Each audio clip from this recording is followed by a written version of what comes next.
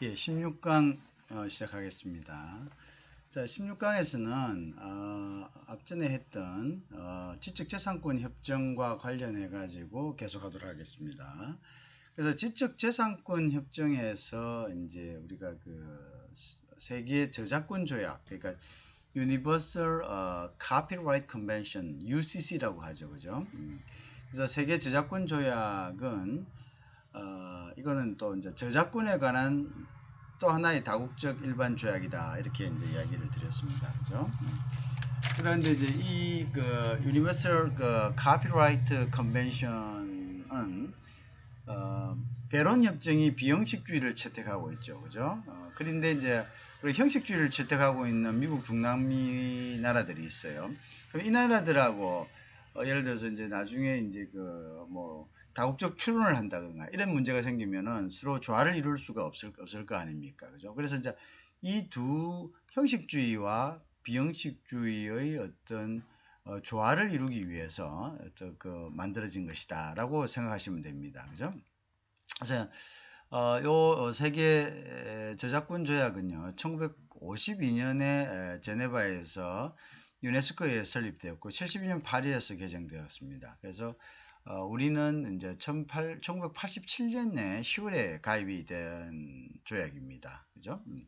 그래서 이제 우리가 세계 저작권 조약의 또 다른 그 설립 동기를 보면요, 저 조약 체결의 동기를 보면은 배론 협정은 뭐냐면 그 선진국 위주의 저작권 제도다, 그렇게 이제 비판을 받아왔죠. 그래서 개도국이 무시됐다. 개도국이 무시됐다는 것이 뭡니까? 개도국에서는 예를 들어서 뭐 좀 못 사는 나라에서 책 같은 거 이렇게 카피하고 복제하고 뭐 이렇게 하는 거를 선진국하고 똑같은 수준으로 해보면 대부분 다 걸리겠죠. 왜냐면 경제 수준이 낮으니까, 그죠? 경제 수준이 낮으니까 뭐 그거를 뭐 일일이 책을 갖다가 정당한 값을 주고 사거나 또는 뭐 단체적으로 이렇게 수업하는 학교 같은데, 교육시설 같은데 뭐 이런 데는 굉장히 어려움이 있을 겁니다.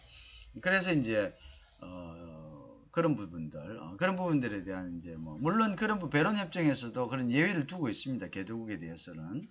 그렇지만 이제 좀 더 좀 개도국 입장을 갖다가 반영되지 못했다는 이제 그런 부분들을 그 보완하기 위해서 이제 세계 저작권 조약이 만들어졌다, 이렇게 보면 되겠습니다, 그죠? 그래서 이제 그 아까 유네스코의 주가 이제 이 주도하에, 그죠? 그래서 이제 어쨌든 간에 배론 조약은 기존에 우선되는 조약입니다. 먼저 시작된 조약이고, 그죠? 그래서 이 조약에 모순되지 않게, 서로 모순되면 더 혼란만 오지 않습니까? 그래서 모순되지 않게 다른 저작권 협약과도 모순되지 않는 조약을 여러 가지 이제 그 반영을 해서 만드는 조약이다. 우리가 이제 그렇게 생각이 되겠죠. 하게 되겠다. 자, 지금 이제 저작권 조약에 관해서 우리가 공부하고 있습니다. 그래서 조금 전에 얘기했다시피, 그래서 이제 UCC 같은 경우는 기존 배론협정과 그 다음에 이제 각종 지역에 있는 그런 협약을 존중하면서 조화를 이루도록 했다. 특히 뭐 개도국, 즉 개발도상국의 보호에 중점을 두고 있다, 그죠?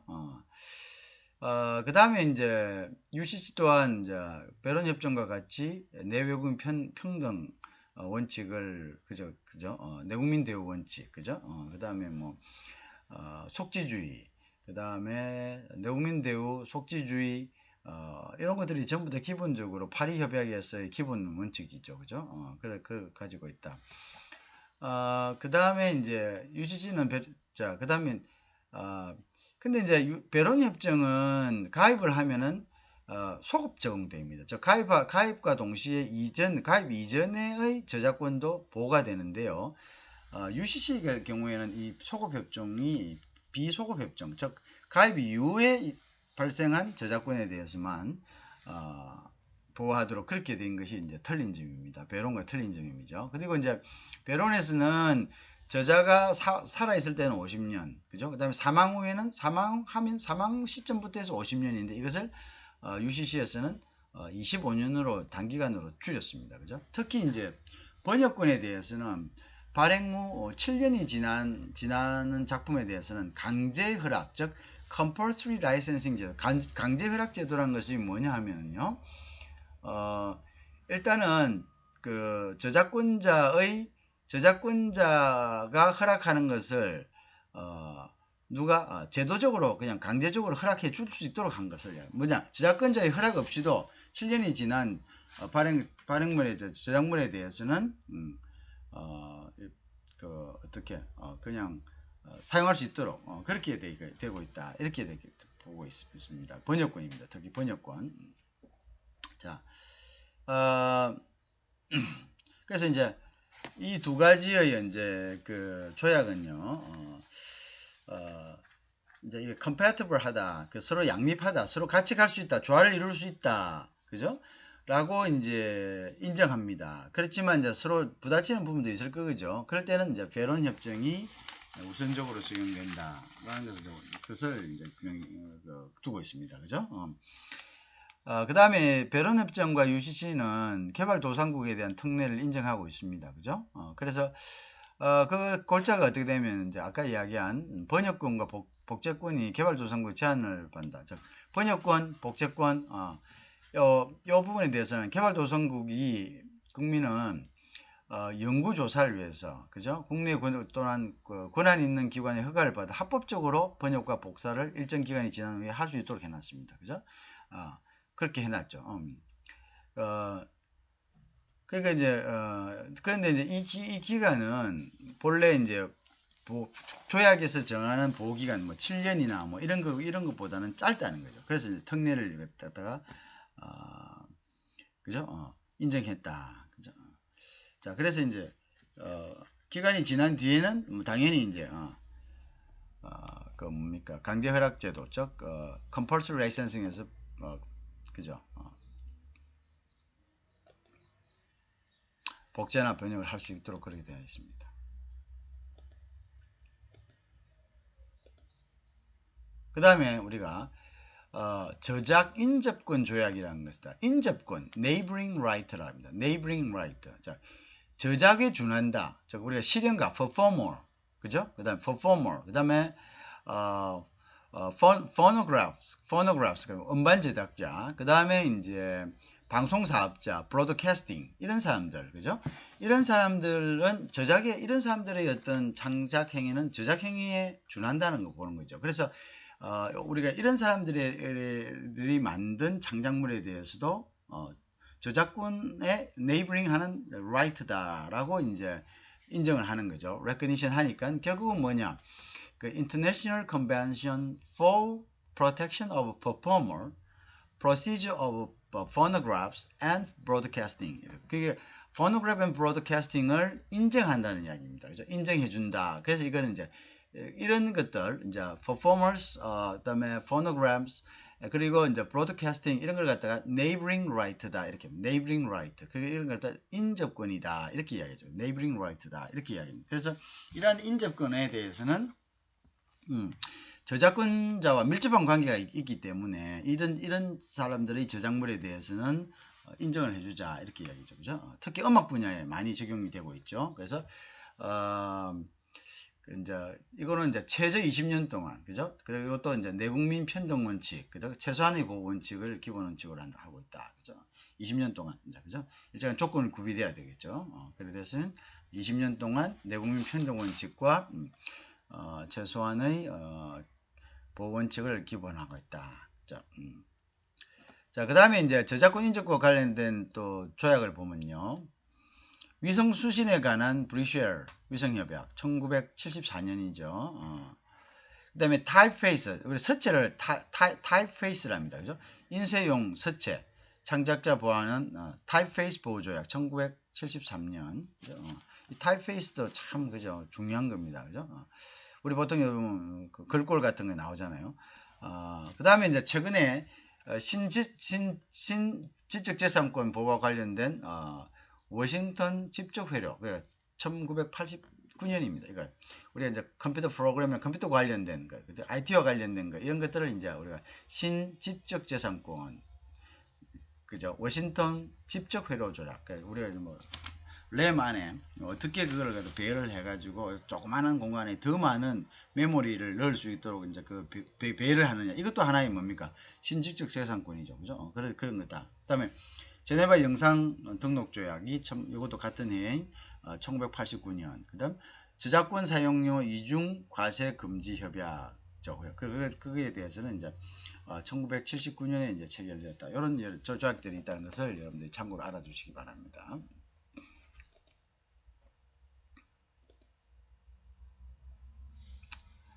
그 다음에 이제 파리조약의 특별협정이라는 것입니다. 파리조약의 특별협정이라는 것은 이제 우리가 파리조약이 사실은 이제 산업재산권 보호를 천명한 이제 지적재산권 보호 분야에서는 굉장히 이제 베이직한 그죠? 그런 조약이죠. 그래서 산업재산권 보호를 어떤 하나의 어떤 기초가 되었죠. 그래서 1884년에 이제 파리조약이 설립이 되었는데요. 당시에 이제 조약을 기초로 해서 그 이후에 이제 여러 지적재산권 조약들이 이제 발생하게 되는 거죠, 그죠? 그래서 파리조약의 그 근간이다 이렇게 보면 됩니다. 그래서 파리조약 10조 규정한 특별협정의 하나로서요. 원산지 허위 표시에 관한 마드리드 협정. 자, 요거 마드리드 협정은 1891년입니다. 그 다음 요거는 이제 파리조약의 기초를 둔 협정입니다. 그거는 이제 원산지 허위 표시 금지 하면 이제 우리가 마드리드 조약이다 이렇게 생각하면 됩니다. 그걸 아주 이제 밀접한 관계가 있죠. 그다음 Madrid Agreement for the reparations of false or deceptive indication of source on goods 이렇게 되어 있습니다. 그래서 요 조약은 허위 또는 오인 false 또는 deceptive 그죠? deceptive는 속이다 사수를 이야기하는 거 속이는 거 그죠? 원산지 표시를 방지할 목적으로 요거는 이제 1891년에 스페인 마드리드에 대해서 체결되고요. 1967년까지 4차례 개정이 있었습니다. 1967년까지 4차례 개정이 있었습니다. 그죠? 그런데 이제 원산지 허위 표시에 있어서도요. 이거 굉장히 중요하죠. 상표나 상호를 불법 포착. 우리 보통 짝퉁이라 그래요. 짝퉁. 그죠? 짝퉁 단속하잖아요. 그게 다 여기에 마드리드 이런 그 컨벤션을 갖다가 어그리먼트를 갖다가 기초로 한 겁니다. 와서 단속반이 단속하고 압수하잖아요. 압류하고 그죠? 압류 조치하잖아요. 그죠? 이런 거죠. 그런 것들이 이제 하고요. 이제 오늘날 같이 국제 거래가 아주 빈번하죠. 하루 만에 왔다 갔다 하는 이런 세상이 지금 있는데요. 그러면 이거는 이제 이건 굉장히 부정한 경쟁이죠. 왜냐하면 어떤 업체가 오랜 시간을 들여서 많은 돈을 투자한 디자인이라든지 여러 가지 기술 같은 것들을 갖다가 복제하는 거죠. 그래서 그걸 짝퉁을 만들어 가지고 아주 싼 값에 그걸 해버리면 결국은 뭡니까? 이런 것들에 대한 방지가 없으면은 어떤 생산에 대한 의욕이 없어지겠죠. 그리고 뭐 어떤 사실 왜곡되지 않습니까? 시장이 왜곡돼 버리죠. 그럼 이렇게 되면 안 되니까, 그죠? 그러면 안 되니까 결국은 이런 것들에 대한 단속을 강화하지 않으면 안 된다. 그럼 상거래지수 물란해지고 전부 다 뒷걸음질 치겠죠. 결국은 이제 비즈니스에 대한 투자가 없을 거고, 그죠? 그래서 이것뿐만 아니라 그렇죠. 다 그렇죠, 그죠? 그래서 파리협약의 주요 골자가 있습니다, 그죠? 그거는 이제 보통 보면 이제 내국민 대우, 그죠? 그러니까 이제 산업 재산권의 보호에 대해서는 그 다음에 이제 속지주의라는 것은 뭐냐면은 이러한 재산권을 보호하는 것을 각각의 나라에 따른 뭐에 대해서 법에 따라서 각각의 나라의 법에 따라서 그 권리가 보호된다 이런 뜻입니다. 그죠? 우리가 딱 하나 정하면 다자간에서처럼 딱 정해서 이렇게 모든 것들을 대해서 다 이렇게 그거가 적용이 되는 것은 별도로 하고요. 그 적용되는 범위, 어떤 보호되는 범위, 권리의 범위 이런 것은 각 나라가 정한 법에 따라서 한다. 이걸 이제 속지주의다 이렇게 이야기하는 거죠.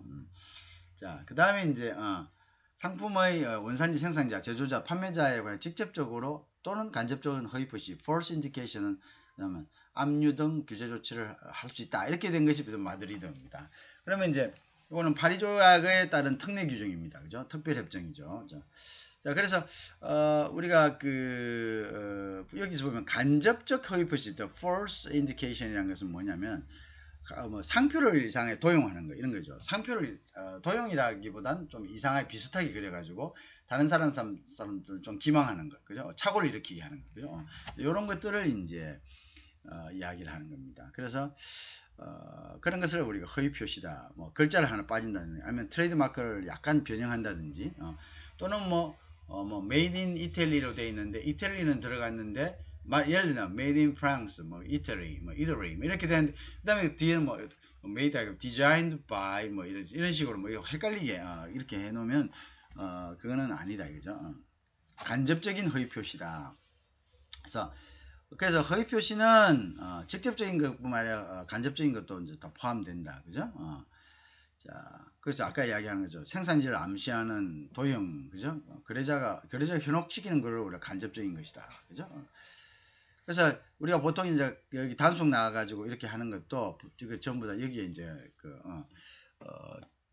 마드리드 협약에 이제 기인해가지고 한 거죠. 그래서,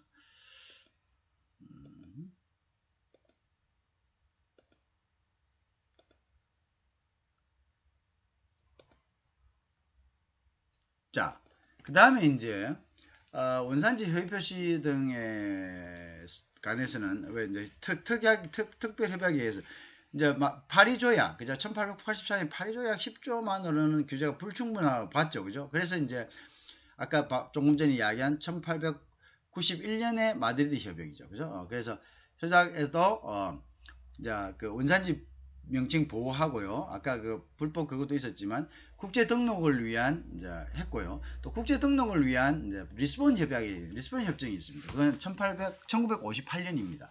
그다음에 이건 등록 절차를 위한 리스본 협약은 마드리드도 국제 등록을 위한 협약인데요. 그다음에 이제 리스본 협약에서는 이제 절차에 대해서 그죠? 절차를 이제 우리가 어떻게 하냐면 일원화하자, 단일의 언어 일원화하자, 그죠? 이런 거죠, 그죠? 자, 그것이 이제 우리가 주된 리스본, 우리가 마드리드, 리스본, 파리, 마드리드, 리스본 이렇게 이제 흘러오는 거죠. 자, 특히 이제 리스본에서는 원산지 명칭을 국제사무국, 즉 WIPS, 그죠? 국제 지적재산권 협의, 어떤 사무국에 등록함으로써 타 가입국에 대해서도 등록됨으로 동시에 이제 그건 다 전부 다 통보가 되거든요. 그래서 이제 국제적으로 이제 보호하자 이런 이제 취지를 갖고 있죠, 그죠? 그런 취지를 가지고 있다고 생각하시면 됩니다. 자, 그래서 이제 어쨌든 파리 협약에서 91년 마드리드, 그 다음에 58년 리스본으로 이렇게 연결이 되고 있습니다, 그죠? 83년 파리 그랬습니다.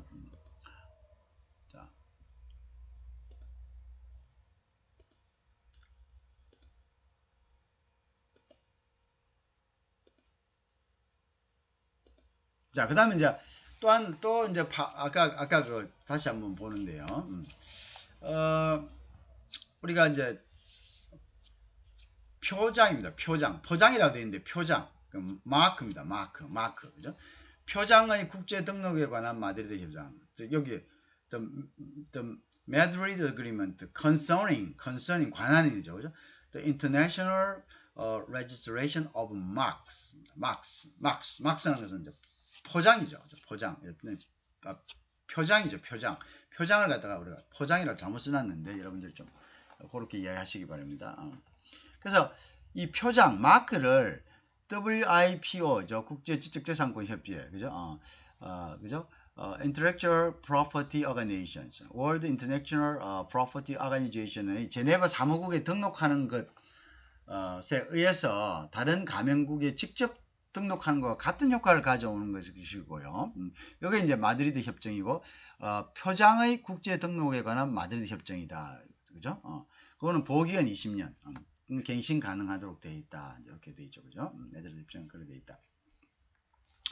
자, 그 다음에 이제 원산지 허위 표시, 요건 조금 전에 1891년에 한 거죠. 그래서 마드리드 협정 가면 두 개를 생각하면 됩니다. 원산지 허위 표시 금지에 관한 마드리드 협정하고요, 그죠? 그 다음에 요건 조금 전에 했던 거고, 포장의 국제 등록에 관한 마드리드 협정은 포장을 국제 등록 WIPO에 등록을 하면 이것이 다른 나라에서 똑같이 보호되는 거죠. 그래서 이제 보기한 20년 갱신 가능하다. 등록하는 것에 의해서 다른 기관 가맹국이 직접 등록하는 같은 효과를 가지고 왔다. 자, 그렇게 돼 있죠. 그래서 20년이다 이렇게 돼 있습니다. 자, 그 다음 또 이제 파리 조약의 특별 협정으로서요. 상표 등록 조약이라는 것이 있습니다. 즉, 우리 상표란 것은 뭐 나이키, 뭐 아디다스, 뭐 이렇게 삼성, LG 전부 다 상표죠, 그죠? 그래서 이제 이 상표를 우리가 트레이드마크다 이렇게 합니다. 트레이드마크. 자, 트레이드마크 레지스트레이션 트리티다. 트레이드마크 레지스트레이션 트리티라는 것은 TRT입니다. 그죠? 그래서 이것은 뭐냐면 각국이 시행해오던 등록 상표의 출원 절차를 국제적으로 통일하자. 통일하자. 그래서 이제 이것도 이제 1973년 비엔에서 체결된 상표 등록책인데요. 이거를 이제 상표 국제적으로 일원화하자. 이게 너무 복잡하다. 나라마다 복잡하다. 그죠? 그래서 상표 등록을 1973년 비엔에서 체결된서 이걸 일원화한 거죠. 일원화한 거죠. 근데 이제 요건 이제 요 상표 등록조항은 앞전에 표장의 등록에 관한 마드리드 협정을 갖다가 요걸 국제적 조약으로 변경하고자 했는데 결과적으로 요거는 이제 표장의 국제 등록을 위한 개별 조약이 되었죠. 그죠?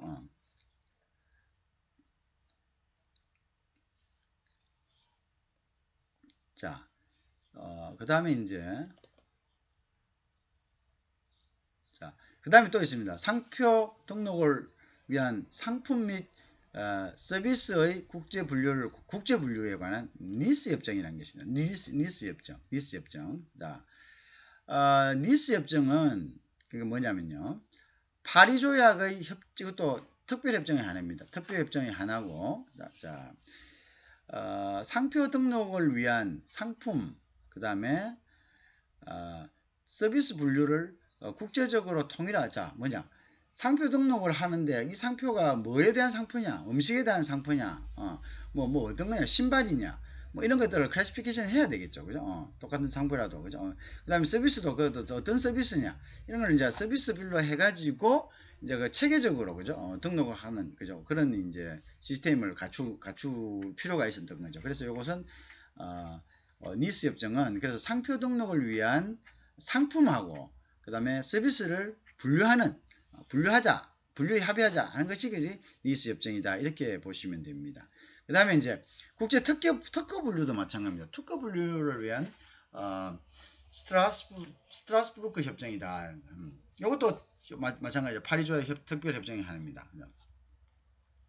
이거는 이제 1971년에 제정되고 1975년에 발효되었습니다. 그죠? 그 다음에 국제 인터내셔널 특허본부, 페이턴트, 그죠? 특허본부에서 특허 문헌을 이제 검색을 하지 않습니까? 특허에 뭐 어떤 특허가 있는가? 우리가 보통 특허 같은 거 이렇게 보면은 국제 특허를 낼 때는 이제 국제 전체적으로 어떤 특허가 지금 내가 지금 생각하는 특허가 다른 나라에서 혹시 나 있지 않느냐 사전 조사를 해야 됩니다. 왜? 특허는 다른 사람이 나 있는 걸 갖다가 물론 그걸 조금 응용할 수는 있겠죠. 근데 같은 걸 특허를 내면 시간 낭비고 안 되잖아요. 그래서 이제 사전에 이제 조사를 하게 됩니다. 그죠? 사전 조사할 때는 뭐 그냥 키워드를 쳐가지고는 좀 힘들죠. 그래서 이제 일단은 일단 그 분류에 들어가 가지고 특허는 너무나 많기 때문에요. 그것은 그 분류에 들어가 가지고 한다면 쉽게 있죠. 그 관련된 이제 그 특허 문헌들을 검색할 수가 있습니다. 기존의 특허들을. 그죠? 그래서 이제 그런 것들의 분류를 위해서 필요한 거죠. 그죠? 그죠? 신속한 권리 부여. 그죠? 그 다음에 이제 뭐 예를 들어서 국제적인 기술 제휴 계약에서도 이용하죠. 내가 어떤 이런 비슷한 특허를 내가 이런 비슷한 기술을 가진 기술에 관련된 특허를 갖다가 찾고 싶다. 그러면 이제 그걸 키워드로 찾을 때도 그죠? 굉장히 필요한 부분들이죠. 그래서 이제 그러한 부분들에 대한 이제 게 필요하다 이런 거죠. 그래서 그거를 갖다가 스트라스부르크 협정이다 이렇게 이야기합니다. 국제 특허 분류에 관한 협정이다.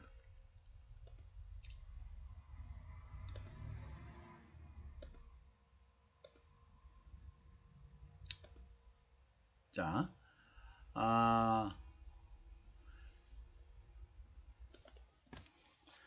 그리고 이제 다음에는 이제 국제 미생물 기탁에 관한 부다페스트 조약이라는 게 있습니다. 그죠? 그래서 이제 요거는 이제 이것도 파리 조약의 특별 조약입니다. 원어로는 어떻게 되냐면 Budapest Treaty on the International Recognitions of Deposit of Microgram. 이게 마이크로오가니즘인데, 마이크로오가니즘은 작은 것을 이야기하죠. 그래서 for the purpose of patent procedure라 되어 있습니다. 그죠? 이것도 역시 파리교역 특별협정입니다. 우리나라는 1989년에 가입했고요. 특허 출원 등의 수속은 일반적으로 서면주의입니다. 서면주의. 일단 특허는 뭐 특허 출원 수속은 대부분 서면주의죠. 서면주의고.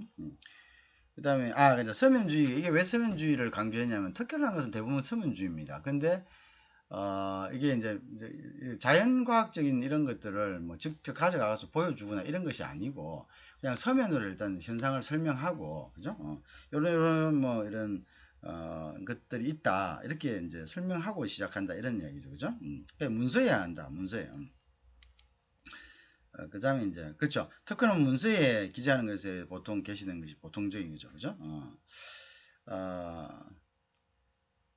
근데 이제 문제는 뭐냐면은 미생물이 새로운 건데 이걸 갖다가 어떤 글로 표현한다는 것은 이건 좀 우습잖아요. 그죠? 글로 표현하는 살아있는 생물을 갖다가 특히 미생물 같은 경우, 그러니까 생물은 눈에 보이니까 누구나 인지할 수가 있습니다. 그러니까 이렇게 이렇다 이렇게 뭐 인지할 수가 있는데 눈에 보이지 않는 걸 갖다가 특허를 낸다는 것은 그것도 특히 서면으로서 글로서 표현해야 되는 것은 한계가 있을 겁니다. 그죠?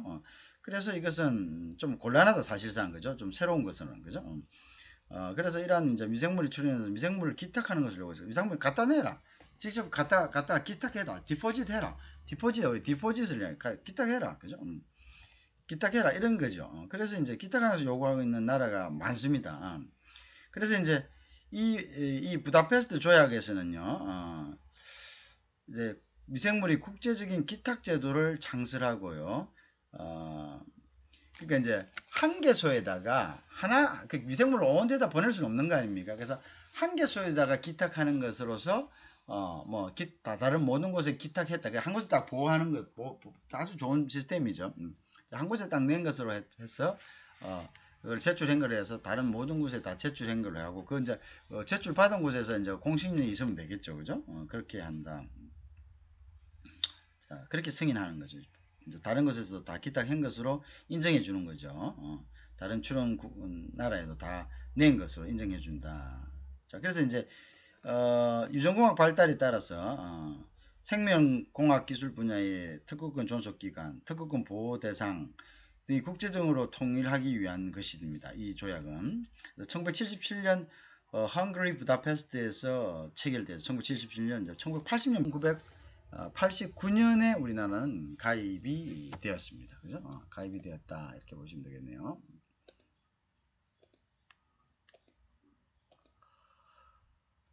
자, 그렇죠? 자, 그 다음에 이제 볼 수 있는 것이 산업 디자인 국제 기탁에 관한 하부 협정이라는 게 있습니다. 이건 1925년에 된 거예요. 산업 디자인, 즉 그러니까 물건 형태 같은 걸 갖다가 특허를 내는 거죠. 디자인 특허라는 게 아니라 이제 이거 뭐 의장하는 거죠. 의장권. 그것을 이제 제네바 국제사무국에 기탁하는 것에 의해서 가입국에 직접 기탁하면 같은 효과를 내는 것이다. 같은 것이 그죠? 그러겠네요. 한 곳에만 내면 되니까 편리하게 되어 있네요. 그죠? 한 곳에만 낸다. 그죠? 그 다음에 이제 이것은 이제 25년 디자인 디포짓을 이야기하죠. 산업 디자인 디포짓이고, 68년에 산업 디자인 국제 분류를 제정하는 르카르도 협정이라는 게 있어요. 디자인에 관한 국제 분류를 채택했다. 뭐 그런 정도만 알고 있으면 되겠습니다. 그죠? 디자인의 국제 분류를 채택했다.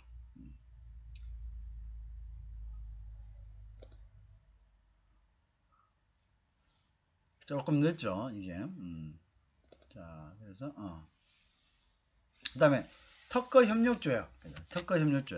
역시 파리협약의 이제 특별협정에 속합니다. 그래서 특허 협력 조약을 이제 원문으로는 The Patent Cooperation Treaty다. 자, Patent Cooperation Treaty, 그죠? 요거는 이제 파리 조약 제19조에 의한 특별 협정의 하나입니다. 그죠?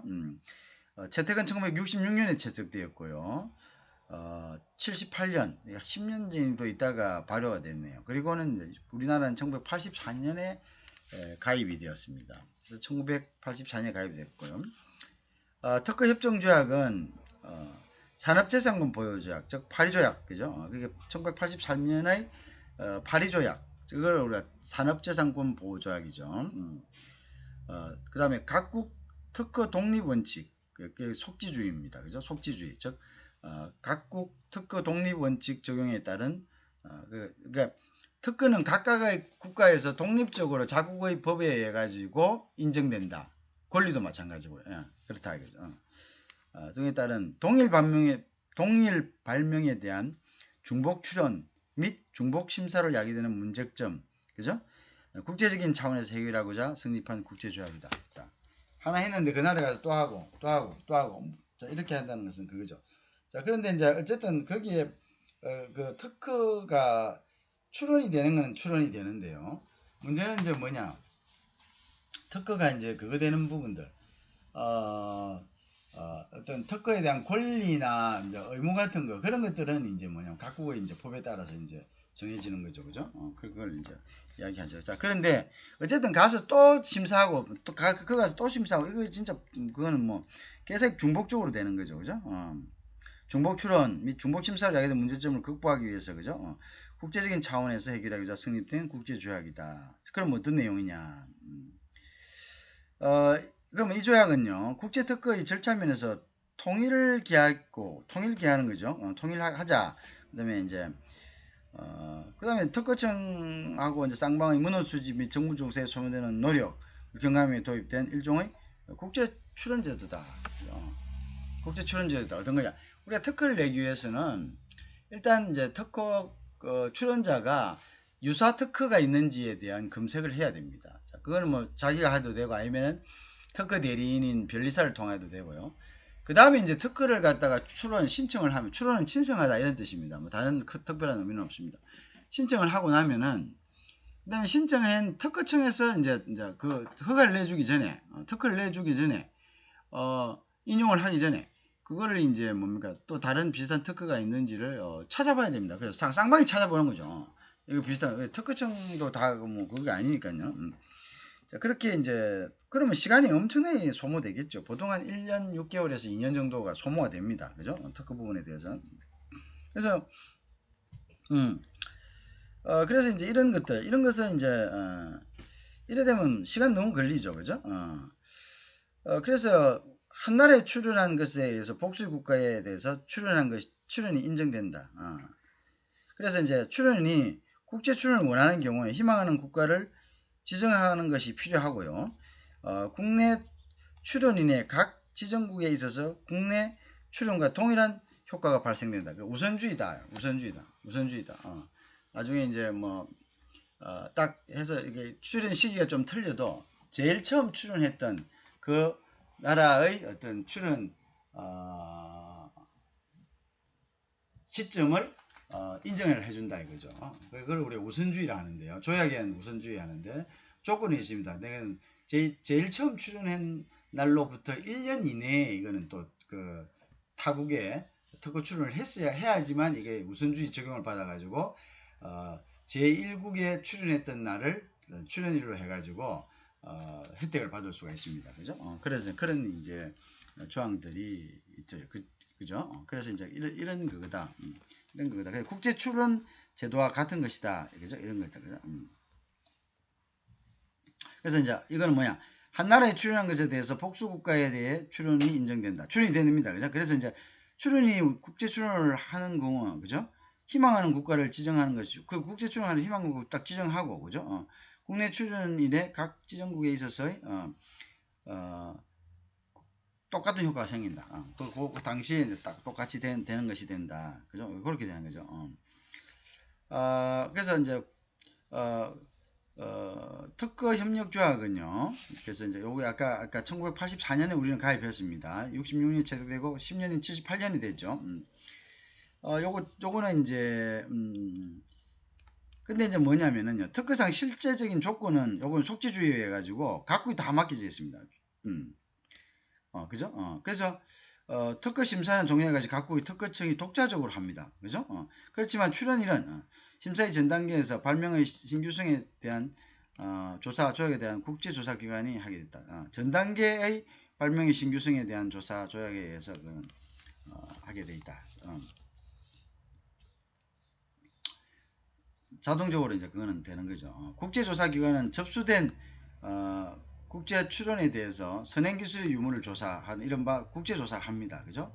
이것을 조사보고 내는 심사보고에 이제 이렇게 해서 하면 이제 이걸 조사보고 또는 심사보고라 하는데요. 그러면 만약 선행기술이 있는 것을 보면 어떻게 됩니까? 뭡니까? 그러면 출을 포기하든가 아니면 수정해야 됩니다. 수정.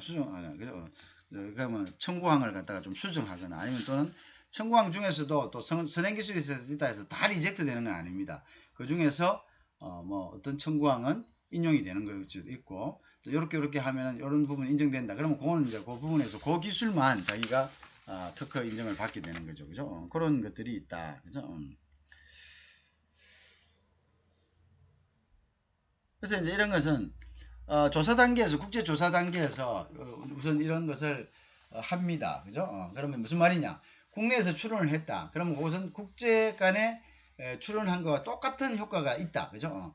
그러면 이제 국제 간에 출원한 거 똑같이 있는데 그럼 국제 간에서는 심사는 또 뭐냐면 따로 합니다. 그럼 무슨 의미가 있나?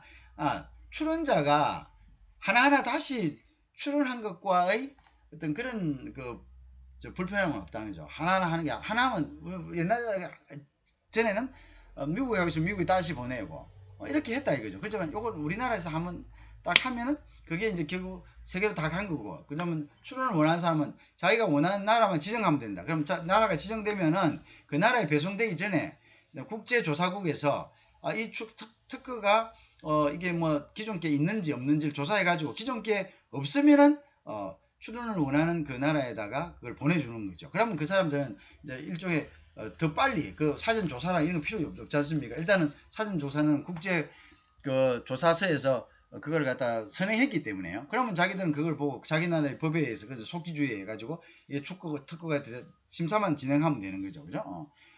그런 점이 있다. 그러니까 이거는 이제 그다음에 이제 또 내가 이제 특허 냈는데 이게 뭐 그 나라에 가가지고 유사한 것이 있어가지고 리젝트 된지 아닌지를 갖다가 한참 있다가 하죠. 그 사람들 그 나라에 이런 제도가 없다면 그 나라 가가지고 그 나라 특허청에서 심사 다 하고 난 다음에 1년이나 2년 있다가 와버리면 뭐 시간 낭비잖아요. 그러니까 이건 조사 단계에서 벌써 딱 이거는 그거 합니다. 이거는 이런 게 있습니다. 없습니다. 리젝트를 딱 하잖아요. 그죠? 그러니까 이제 그런 부분들이 또 이제 그게 되는 거죠. 그죠? 절약이 될 수 있다. 그죠? 그래서 그런 장점이 있다. 이렇게 됩니다. 그죠? 자, 그래서 이런 부분들이 있고요. 그래서 이제 불필요한 출연의 제한을 기하는 바가 쉽다. 그죠? 그래서 이제 이 조약에 따르면 출원일은 18개월이 경과하는 신속한 국제 공개를 하시 18개월이 하면은 18개월 지나면 이거는 이제 일단은 특허를 안 내주잖아요. 18개월이 지났다. 그러면 이게 지금 갖고 있으면 안 돼요. 왜? 이걸 모르는 상황에서 특허청이 심사를 18개월 이내에 끝내면 문제가 없는데 18개월 심사를 하는 것이 그렇게 간단한 문제는 아닌 것 같아요. 이제 물론 특허에 대한 그 출원이 너무 많기 때문에요. 그래서 18개월이 지난 이후에는 특허청이 이걸 무조건 일단 공개를 해야 됩니다. 왜?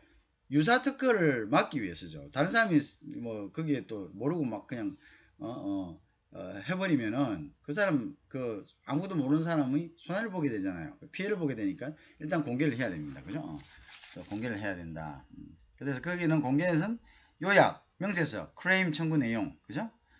도면, 그다음에 국제 조사 보고서 이런 것들을 이제 전부 다 공개를 해야 됩니다. 그죠? 그렇죠? 최종 시발개혁을 해요. 신속한 국제 공개를 해야 됩니다. 그래서 그렇게 해야지만 이제 여러 사람을 본인도 마찬가지지만 여러 사람을 시간 낭비를 갖다가 보호할 수 있다 이런 이야기가 됩니다. 그죠?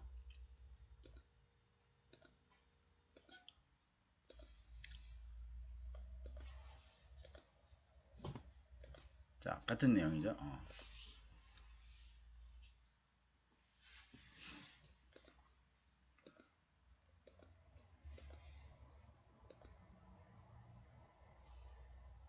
자, 그 다음에 이제 우리가 뭘 배워야 하냐면요.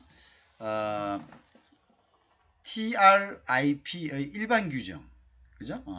그 다음에 이제 우리가 이제 교육 관련 지적 재산권 협정, Trade Related, 그죠?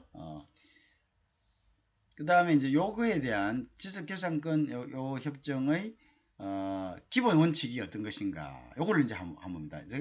TRIPS 교육 관련 지적 재산권 협정, 그죠? WTO 교육 관련 지적 재산권 협정의 기본 개념이 어떠냐? 자, WTO의 지적 재산권 협정은 지적 재산권 보호에 관한 일반적인 조약이다 이렇게 보시면 됩니다. 지적 재산권 보호에 관한 일반적인 규정이다 이렇게 보시면 됩니다. 지적 재산권에 관한 일반적인 규정이다 이렇게 보시면 됩니다. 자, 그래서 이제 자, 지적은 보호의 기본 원칙이다. 일반적인 규정이다. 이렇게 같은 의미죠. 첫째로는요, 기술 혁신 및 이전과 성과의 촉진이다. 자, 이거는 뭐 때문이냐? 기술 혁신 및 성과 이전. 자, 지적재산권 제도를 통하여 뭡니까? 권리자에게 독점권을 부여해주는 주된 이유가 뭡니까? 동기부여죠. 내가 어떤 것을 아이디어를 내 가지고 이 아이디어가 내가 보호받는 것이라면은 내가 어떤 특정한 어떤 부를 갖다가 축적할 수 있다라는 어떤 모티베이션이 있다면 사람들은 그 창작 활동에 몰두하게 되는 거고, 이러한 창작 활동이 모여서 그보다 그 관련 산업의 발전을 이루게 되는 거고, 종국적으로는 인류의 어떤 발전에 기여하게 된다 이런 이야기죠. 그죠? 그러니까 이런 창작 활동에 대한 보호가 있어야 되는데, 창작 활동에 보호가 없고 도용이 되는가 모용이 되는가 뭐 이렇게 한다면은 이 사람들이 어떤 창작 활동의 어떤 그런 그 인스피레이션을 갖다 꺾는 게 되는 거죠. 그죠? 그렇게 되면 결국은 인간의 창조 활동이 일어나지 않으면 어떠한 발전도 없습니다. 그죠? 그래서 이제 반드시 이러한 것들은 독점권을 준다는 거죠. 결국 이건 뭡니까? 기술 개발 촉진을 위한 거고요. 그죠? 그래서 사실은 많은 시간과 비용이 소용되는 그죠? 지적 재산입니다. 그죠? 그다음에 이제 그걸 했기 때문에 이걸 20년씩, 50년씩 이렇게 주는 이유는 뭡니까? 이게 투자 비용을 회수하기 위해서, 투자 비용을 회수하기 위해서는 이 정도 기간을 줘야 된다. 이 정도 기간에 독점권을 줘야 된다. 이런 이야기죠. 그죠? 독점권을 줘야 된다. 이런 이야기입니다. 그죠? 자, 그래서 이런 제도적 장치가 없고서는 투자를 누가 하겠습니까? 누가 할 수, 아무도 안 합니다. 그죠? 그래서 이에 대한 리워드의 개념이다. 오랜 투자와 노력에 대한 리워드의 개념이다. 그래서 보상의 개념이다. 그죠? 또한 이제 이렇게 된다면은 기술 개발을 통해서 기술이 이전되고요. 성과를 촉진시키죠. 그죠? 인류와 사회 발전에 기여하는 것을 맞죠? 아까 이야기한 거 똑같습니다. 그걸 갖다가 또 공개해야 되죠. 공개하면 그걸 촉진되죠. 그걸 가지고 이제 사람들이 고무되죠. 그죠? 고무돼 가지고 더 많은 사람들이 특허와 이런 지적재산권 부분에 뭡니까? 몰두하게 된다면 이제 많은 사람들이 이제 공헌하게 되는 거죠. 그래야 그런 것에 대한 이제 보상의 개념이다. 그래서 이런 것들은 교육에 관련된 지적재산권 보호에 관한 기본 규정은 이러한 것들을 취지로 하고 있다. 이런 그런 이야기가 되는 기본 이념이다. 그죠? 그 다음에 또 이제 보면은요, 또 이제 기술 지식 생산하는 지식재산권 보유자와 이용자 간의 상호 이익이 정진되죠. 맞죠? 당연하게 모두 인류 모두의 이익이고요. 자, 미니멈 스탠더드 최저기준, 즉 지적재산권 보호에 관한 최저기준을 갖다가 미니멈 스탠더드라고 합니다. 미니멈 스탠더드. 자, 요거를 이제 최저기준은 있어야죠. 최소한 해줘요. 그 다음에 이제 그리고 다른 국제조약들과의 조합, 하모나이제이션을 모색하고 있다는 거죠. 자, 그래서 이제 이러한 기본 이념에 따라요. 국제재산권 교육 관련 지적재산권 협정은요, TRPS는 지적재산권 개인의 권리입니다. 그 다음에 이제 그렇기 때문에 이 개인의 권리를 위에 방금 얘기한 것 같은 그러한 이유 때문에 위조 상품 국제화한 교육을 하면 안 되죠. 제한해야 되죠. 기술 및 개발이 포함한 국제적 지적 보호해야 되죠. 법적 목표를 보호하는 그러한 법을 갖다가 존중해 줘야 됩니다. 그죠? 그 다음에 이제 그러나요. 우리가 이제 최저개발도상국의 특수한 상황은 최대한 반영해 줘야죠. 그런 데서는 이게 거의 지킬 수가 없죠.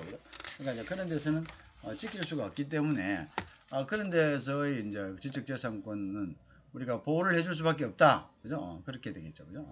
그건 당연한 것입니다. 자, 이제 이런 목표 달성하기 위해서 어떻게 해야 되냐? 이래서 이제 이런 국제 협력 하고요. 세계 그 지적재산권 기구요. WIPO 간의 긴밀한 상호 협정을 해야 됩니다. 그죠? 해야 되죠. 그죠? WTO, 가트 등 협정하고 이제 이런 것들이 이제 다 이런 것들을 보호할 수 있도록, 그죠? 그래서 이제 이 지적재산권 부분에 대한 뭐가 있습니까? 규정이 있는 거죠. 그죠? 그래서 이런 지적재산권 부분에 대한 규정이 있다. 그 다음에 이제 지적재산권의 범위 및 적용 대상인데, WRIP는 지적재산권을 정의하지 않고 있다. 정의하지 않고 있다는 것은 무슨 의미입니까? 정의하지 않는다는 이야기는 앞으로 지적재산권, 즉 신지적재산권과 같이 어떤 인간의 창작 활동을 특정하게 우리가 어떤 울타리라는 것을 쳐놓을 필요가 없는 거죠. 무슨 말인지 알겠죠? 지적재산권이라는 것은 새로운 아이디어를 창출해내고 그 시대에 그것이 지적재산권이라고 생각하면 지적재산권이 인정되는 거죠. 그거를 우리가 그죠? 그래서 이제 지적재산권을 저작권, 그 다음에 인적권, 레이블링 라이트, 상표권, 지적표시권, 그 다음에 공업의장권, 의장권은 이제 그거죠. 어떤 모형 어떻게 생긴 거, 뭐 요렇게 생긴, 요렇게 만든 거, 그죠? 그 다음에 뭐 일종의 디자인이죠. 그 다음에 특허권, 반도체 집적회로권, 그 다음에 배치 설계권, 집적회로의 배치 설계하는 거, 그죠? 그것도 어떻게 안에 집적회로의 배치 설계가 왜 중요하냐면요. 반도체라는 것은 자그마한 공간에 얼마나 어떻게 배열해서 더 많은 메모리를 저장할 수 있는, 이것이 이제 그 회로를 어떻게 구상해서 더 많은 64 D램 뭐 이런 식이죠. 그러니까 결국 그것도 하나의 굉장한 기술이죠. 그죠? 그게 하나의 아이디어입니다. 생각입니다. 그죠? 그런 것들, 그런 것들도 이제 굉장히 중요한 거죠. 그 다음에 이제 영업 비밀권도, 영업 비밀도 마찬가지죠. 영업 비밀 지적재산권을 규정했다. 신지적 영업 비밀이라는 것은 어떤 걸 마케팅하는 것들이죠. 그걸 어떻게 하는 것도, 그것도 굉장히 중요한 지적재산권입니다. 그죠? 그래서 이제 계속적으로 생겨나고 있다. 자, 그죠? 그러니까 이제 지정은 안 했는다. 그죠? 일장에서 그냥 이렇게 예시를 두고 있다는 거죠. 되고 있다. 그 다음에 나프타에서는요. 나프타는 북미 무역협정이죠. 지금은 이제 나프타는 거의 유명무실해졌고, 트럼프 대통령 들어와서 이것은 이제 USMCA, 즉 미국하고 그 멤버십은 그대로입니다. 그러니까 미국, 멕시코, 캐나다가, 그죠? 이렇게 이제 요거 사실은 경제 규모로 봐서는 세계 1위입니다. 그죠? 요 규모들이 이렇게 이제 해가지고 육종자는 브리더를 이야기합니다. 그러니까 플랜트 브리더, 즉 종자를 개발하는 사람들, 이 사람들도 권리와 암호화된 프로그램 전송, 위성 신호 보도, 새로운 유형의 지적재산권을 계속 생겨나는 거죠. 그죠? 그렇다. 그러니까 그건 특별히 정의하기는 힘들다 이거죠.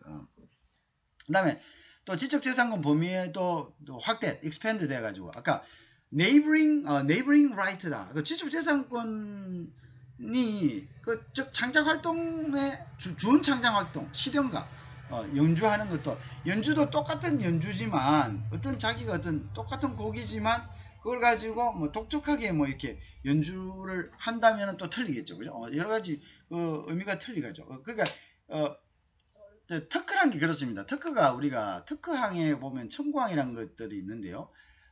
조금 변형을 하면은요. 그게 변형을 해서 좀 색다른 면이 있으면 그건 특허로 인정이 됩니다. 그런 거죠. 그래서 어떤 사람들은 기존의 특허를 보고 거기서 응용해서 다 새로운 특허를 내는 사람들이 많습니다. 그래서 이제 특허란 것이 막 비슷하면 안 되는 것이 아니고요. 일단은 상식적이면 안 됩니다. 누구나 다 그 관련 분야에서 누구나 다 생각할 수 있는 것은 그건 특허로 인정이 안 됩니다. 왜? 누구나 다 쉽게 할 수 있는 거기 때문에 안 한 거거든요. 그래서 그건 특허로 인정이 안 됩니다. 그 다음에 이제 뭐냐면 똑같은 개념이지만 뭔가 조금 어프로치가 틀리면은 그건 또 특허가 되는 거죠. 그죠? 특허가 되는 거다. 그런 이야기죠. 그래서 이제 기존에 이제 있는 것을 조금 이용을 해가지고 조금 변형해서 하는 사람들이 있습니다. 그죠? 그런 사람들은 이제 우리가 그것도 또 새로운 특허로 인정이 되는 거죠. 그죠?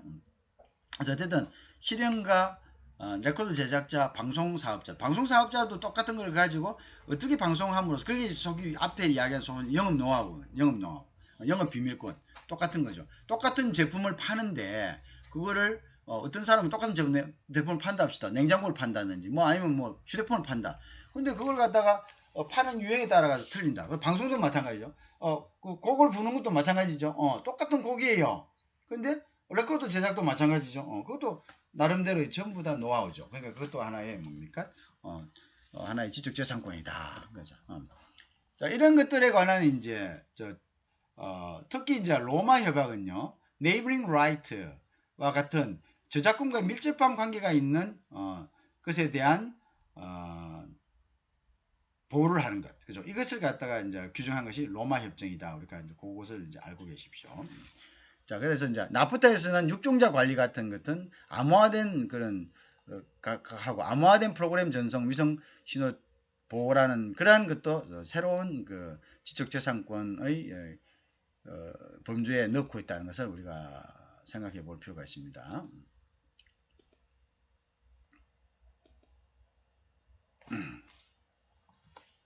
그래서 네이버링 라이트, 즉 인접권, 저작 인접권은 이제 전통적인 저작물을 이용해 가지고 이루어집니다. 그죠? 기존에 있는 저작물, 그죠? 저작물은 다른 어떤 저작물이죠.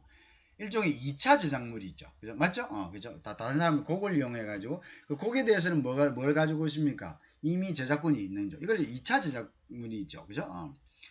근데 이제 이 2차 저작물이라도 아까 이야기했죠. 곡을 다르게 부른다든지 완전히 전혀 다른 이제 그 모습으로 나타나는 전혀 다른 요소. 또 실행가의 기회나 레코드 제작자 방송의 기술적 요소가 합치되기 때문에 별도의 독자적인 보호가 필요한 거죠. 아까 이야기한 거하고 이제 같습니다. 그죠? 그런 것을 이제 이야기한다. 그 다음에 이제 우리가 교육 관련 지적재산권 협약은요. 타 제국, 즉 같은 이 협약에 들어있는 국민에게 또 적용이 됩니다. 그죠? 다자간 협약이네. 그죠? 그러니까 이제 내국민 대우 원칙에 의해서 타 협약국가 국민은 지적재산권에서 파리조약 1967년 자, 파리조약은 1883년에 돼가지고 계속적으로 발전했죠. 그죠? 발전해가지고 1967년 그다음 베론협정, 그다음에 1971년 로마협정, 그리고 집적회로에 관한 국제 지적재산권 조약을 의 보호 요건을 충족시키는 자연인존 법인을 포함한다. 그게 로마 협정에 이제 이렇게 규정되어 있습니다. 그죠? 자, 그래서 이제 이렇게 되어 있다. 그래서 무슨 말 알겠죠? 자, 그래서 다시 다른 나라에도 체국, 즉 이걸 체결한 나라에는 다 적용이 됩니다. 그래서 이제 여기 이제 체결한 나라의 국민은 지적재산권에 대해서 파리조약 1983년에 시작해서 1967년까지 간 거죠. 그죠? 그 다음에 이제 베론협정 1971년, 그 다음에 로마협정, 그죠? 로마협정의 특히 이제 네이버링 라이트에 대해서 이제 규정하고 있죠. 그죠? 그 다음에 집적회로에 관한 국제 지적재산권 조약, 그죠? JPIC의 보호적 요건을 충족시키는, 요걸 충족시켜야 되죠. 충족시키는 자연인, 사람 또는 법인을 포함된다. 그죠? 자, 그 다음에 이제 나프타는요, 제국은 자국 영토 내에서 타국의 국민에게 적절하고 효율적인 지적재산권 보호를 내국민 대우를 해야 된다 이거죠. 제국은 자국의 영토 내에서 타국의 국민에게, 즉 다른 나라의 지적재산권이라도 자기 나라 국민이 를 보호하는 수준으로 지적재산권을 보호해야 된다. 이런. 그죠? 자, 그러나 이러한 보호가 적법한 교육에 대한 장애가 되어서는 안 된다. 그런 말은 뭐냐면 결국은 말하면 불공평하게 해서는 안 된다. 적절하고 효율적인 지적재산 보호를 해야 되는데 이게 그러나 너무 이제 효율적을 이게 이제 자국민하고 그 또 비교를 갖다가 이렇게 어느 정도 거의 자국민 대우를 해야지 이것을 이제 결국 자국민 대우 하라는 이야기입니다. 해야지 이걸 어떤 규제가 어떤 자유무역을 해칠 정도를 자유롭게 교육이 안 될 정도로 해서는 안 된다 이런 이야기가 되겠습니다. 아시겠죠? 이해하시겠죠?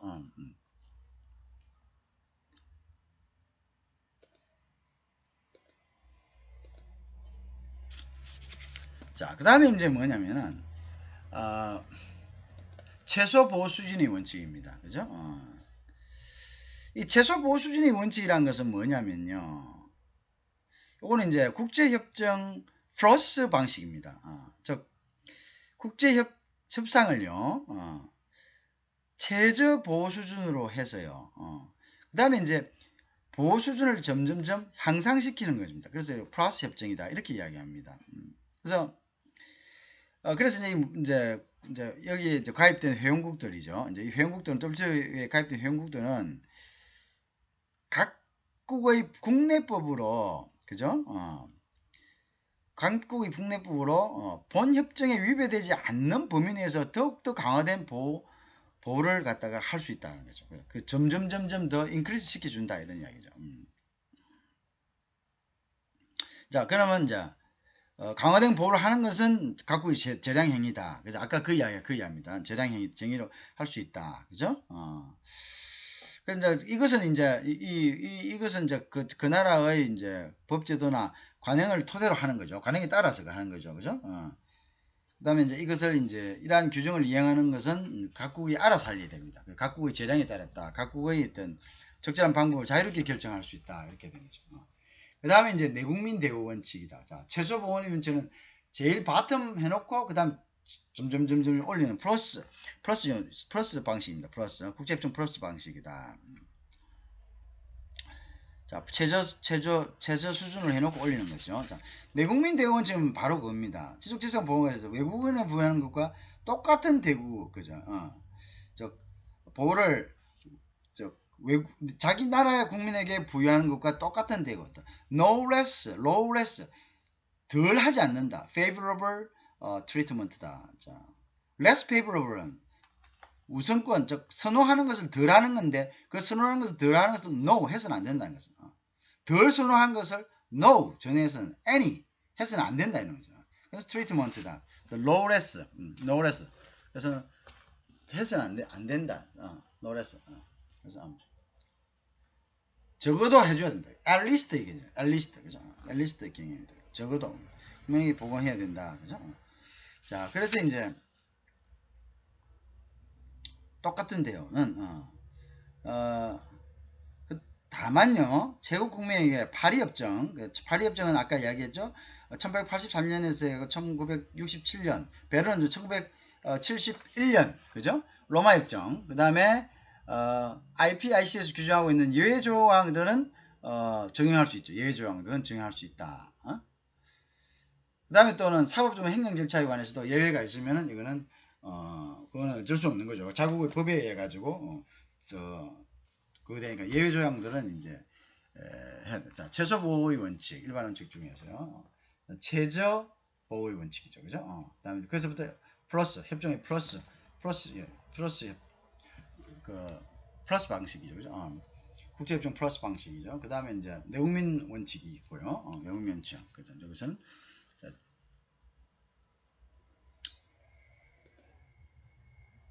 자, 그 다음에 이제 요거 아까 했죠. 자, 그 다음에 이제 그 다음에 최후. 우리가 이제 여기서 이제 그 다음에 예외가 되는 거죠. 예외가 되는. 이제 예를 든다면요. 어떤 송달을 위한 주소지 지정, 대리인 선임 등 이런 게 있을 수 있죠. 그 다음에 외국인에 대해서는 이제 특칙을 둘 수 있다. 야, 외국인이니까 너한테 이렇게 왔다 갔다 하고 그러니까 네 대리인 지정해라. 내국인은 뭐 그냥 주면 되는데 외국인은 그냥 갖다 줄 수가 없잖아요. 멀리까지 왔다 갔다. 그러니까 그래서 요거는 일단 여기 국내에 있는 대리인 지정해라. 이렇게 할 수 있는 거죠. 주소지 대리인 거죠. 그러니까 이런 것들은 협정과 상치되지 않는 법령 및 규칙이 따르기 위해서 필요한 경우에만 허용된다. 그죠?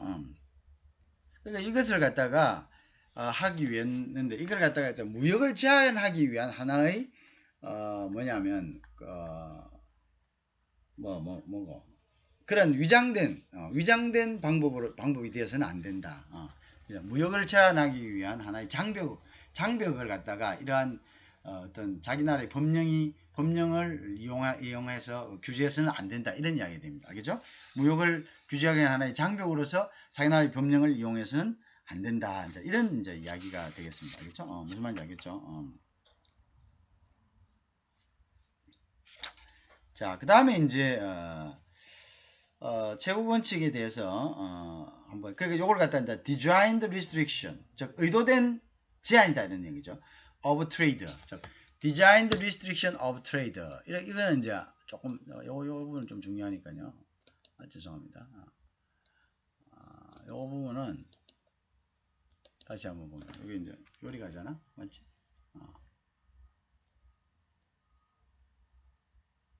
이거 컴퓨터가 요즘 최근에 빨리빨리 작동을 안 하네 이거. 거의 뭐 마우스도 안 나타나냐.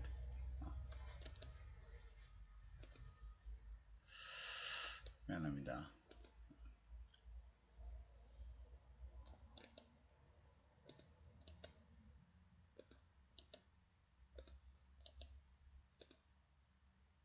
자, 여기 보죠. 자, 뭐 이런 식으로 이제 예외를 인정하는데요. 원래 내국민 대우를 해야 되는데 여기 이제 외국인이야. 내국인에게 부여되는 거가 똑같은데요. no less favorable treatment라고 하죠. 그죠? 우호적인 less라는 것은 덜 favorable 우호적인 대우는 no 안 된다. 안 된다. 그래서 at least 적어도 이렇게 해야 된다는 거죠. 적어도 이렇게 해야 된다. 자, 근데 이제 여기에서 파리 협정, 베론 협정, 로마 협정이 규정하는 예외 조항들 적용, 예외 조항들은 같이 안 해도 된다. 대우를 안 해줘도 된다. 요 예외적인 경우에 대해서는.